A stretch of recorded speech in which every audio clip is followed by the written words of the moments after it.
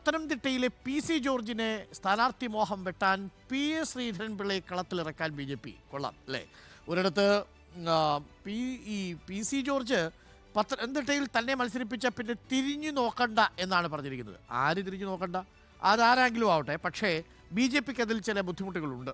അപ്പോൾ P C ജോർജിനെ പത്തനംതിട്ടയിൽ ഇറക്കുമ്പോൾ ബി ജെ പി പ്രതിരോധത്തിലാകുമോ എന്ന് ഭയക്കുന്നതുകൊണ്ട് സാക്ഷാൽ പി എസ് ശ്രീധരൻപിള്ളയെ തന്നെ കളത്തിലിറക്കാൻ തീരുമാനിക്കുന്നു. സ്ഥാനാർത്ഥി പട്ടികയിൽ പി എസ് ശ്രീധരൻപിള്ളയും ബി ജെ പി പരിഗണിക്കുന്നുണ്ട്. ഗവർണർ പദവി ഒഴിയാൻ ശ്രീധരൻപിള്ള സന്നദ്ധത അറിയിച്ചിട്ടുണ്ട്. കുമ്മനം രാജശേഖരൻ ഇത്തവണ മത്സരിച്ചേക്കില്ല എന്നും അറിയുന്നു. കൊല്ലത്തും പത്തനംതിട്ടയിലും ശോഭാ സുരേന്ദ്രനും പരിഗണനയിലുണ്ട്. വി എസ് രഞ്ജിത്ത് ചേരുന്നു ബി ജെ പി സ്ഥാനാർത്ഥി സാധ്യതകളുമായി. V S Ranjith, good morning again. നമ്മളുടെ പി സി ജോർജിന്റെ സ്ഥാനാർത്ഥി മോഹത്തെ വെട്ടാനാണോ പി എസ് ശ്രീധരൻപിള്ള ഇറക്കാനുള്ള ഒരു നീക്കം നടത്തുന്നത് ബി ജെ പി? മാത്രമല്ല, കുമ്മനം മത്സരിക്കുന്നില്ല എന്നുള്ളത് കുമ്മനത്തിന്റെ ഫാൻസിനെ വിഷമിപ്പിക്കാനും സാധ്യതയുണ്ട്. എന്താണ് ബി ജെ പി സ്ഥാനാർത്ഥി പട്ടികയിലെ സാധ്യത ആദ്യഘട്ടത്തിൽ?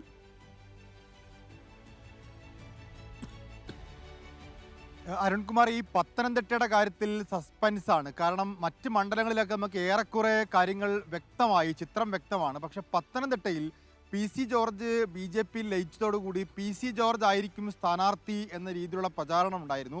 പ്രത്യേകിച്ച് കേന്ദ്ര നേതൃത്വം പി സി ജോർജിന് അത്തരത്തിലൊരു വാഗ്ദാനം നൽകിയിട്ടുണ്ട് എന്നും നമ്മൾ മനസ്സിലാക്കിയിരുന്നു. പക്ഷേ നിലവിൽ സംസ്ഥാന ഘടകം കേന്ദ്രത്തിന് സമർപ്പിച്ച പട്ടികയിൽ 3-ാം സ്ഥാനത്താണ് പി സി ജോർജിൻ്റെ പേര്.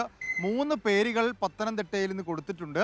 അതിൽ കുമ്മനം രാജശേഖരൻ ഇല്ല എന്നുള്ളതാണ് മറ്റൊരു പ്രധാനപ്പെട്ട ഘടകം. കാരണം പത്തനംതിട്ടയിൽ പി സി ജോർജ് അല്ലെങ്കിൽ കുമ്മനം രാജശേഖരൻ എന്നൊരു പേരായിരുന്നു നമ്മൾ കേട്ടിരുന്നത്. പക്ഷേ ഇപ്പോൾ ആ കുമ്മനം രാജശേഖരൻ്റെ പേര് ഇല്ല എന്ന് മനസ്സിലാക്കുന്നു.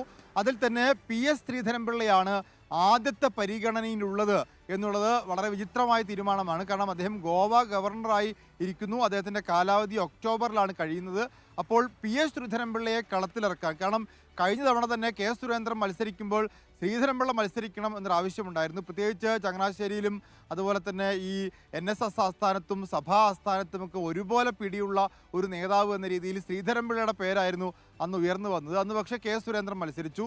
ഇക്കുറി പി എസ് ശ്രീധരൻപിള്ള മത്സരിക്കട്ടെ എന്ന രീതിയിലേക്ക് കാര്യങ്ങൾ എത്തിയിരിക്കുന്നു. അപ്പോൾ പത്തനംതിട്ടയിൽ നിന്നുള്ള പേരുകളിൽ ആദ്യത്തെ പേരായി പി എസ് ശ്രീധരൻപിള്ളയുടെ പേരുണ്ട്, 2-ാമത്തെ പേരായി ശോഭാ സുരേന്ദ്രൻ്റെ പേരുണ്ട്, 3-ാമത്തെ പേരായി പി സി ജോർജിൻ്റെ പേരും ഈ പത്തനംതിട്ടയിലുണ്ട് എന്നുള്ളതാണ്. പക്ഷേ സംസ്ഥാന ഘടകത്തിൻ്റെ ആദ്യത്തെ 2 പരിഗണനയും പി സി ജോർജ് അല്ല, 3-ാമത്തെ പേര് മാത്രമാണ് P C George.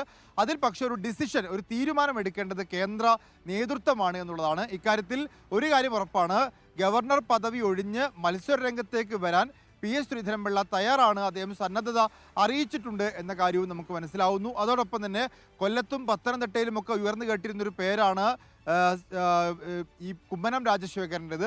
Kummanam Rajasekharan തൽക്കാലം മത്സരത്തിനില്ല എന്ന് അദ്ദേഹം അറിയിച്ചിട്ടുണ്ട്. കൊല്ലത്ത് ശ്രീധരൻപിള്ളയെ പാർട്ടി അധ്യക്ഷ സ്ഥാനത്ത് നിന്ന് പിന്നീട് ഗവർണറാക്കി നിയമിച്ച് ഒടുവിൽ മിസോറാമിൽ നിന്നൊക്കെ തിരിച്ച് ഗോവയിലേക്ക് എത്തുന്നുണ്ട്. പക്ഷേ ഒക്ടോബർ വരെ കാലാവധി ഉണ്ടെങ്കിലും പി എസ് ശ്രീധരൻപിള്ളയ്ക്കും മത്സരിച്ചാൽ കൊള്ളാമെന്നൊരു മോഹമുണ്ട് അല്ലേ? അതെ, ഈ ഒക്ടോബറിൽ കാലാവധി അവസാനിച്ചു കഴിഞ്ഞാൽ ഈ സജീവ രാഷ്ട്രീയത്തിലേക്ക് തിരിച്ചു വന്നില്ലെങ്കിൽ ഒന്നുകിൽ ഈ ഗവർണർ പദവി നീട്ടിക്കൊടുക്കണം. അതിനുള്ള സാധ്യത ഒരു 50-50 ചാൻസ് ആണ്. ഇനി ആ ഗവർണർ പദവി തിരിച്ചു കിട്ടിയില്ലെങ്കിൽ അദ്ദേഹം തിരിച്ചെത്തുന്നത് ഒരു മുൻ ഗവർണർ മാത്രമായിട്ടായിരിക്കും. ഇപ്പോൾ മത്സര രംഗത്ത് ഇറങ്ങിയാൽ അദ്ദേഹം ഒരു സജീവ രാഷ്ട്രീയക്കാരനായി രംഗപ്രവേശം ചെയ്യാനുള്ള ഏറ്റവും നല്ല അവസരമാണ്. അതിലൂടെ തന്നെ ഒന്നുകിൽ പത്തനംതിട്ട പിടിക്കാം. ഈ പത്തനംതിട്ട കിട്ടിയില്ലെങ്കിലും പാർട്ടിയിൽ സജീവമാവാൻ സാധിക്കും. ഒരു ദേശീയ നിർവാഹക സമിതി അംഗത്വമൊക്കെ ലഭിക്കാനുള്ള സാധ്യതയുണ്ട്. അപ്പോൾ അതുകൊണ്ട് സജീവ രാഷ്ട്രീയത്തിലേക്ക് തിരിച്ചു വരാനുള്ള ഒരു സാധ്യത തുറന്നിടാൻ കൂടിയാണ് അദ്ദേഹം ശ്രമിക്കുന്നതെന്നാണ് മനസ്സിലാക്കാൻ സാധിക്കുന്നത്. ശരി, വി എസ് രഞ്ജിത്താണ് വിവരങ്ങൾ നൽകിയത്. അപ്പോൾ അക്കാര്യത്തിൽ തീരുമാനമായി കേട്ടോ.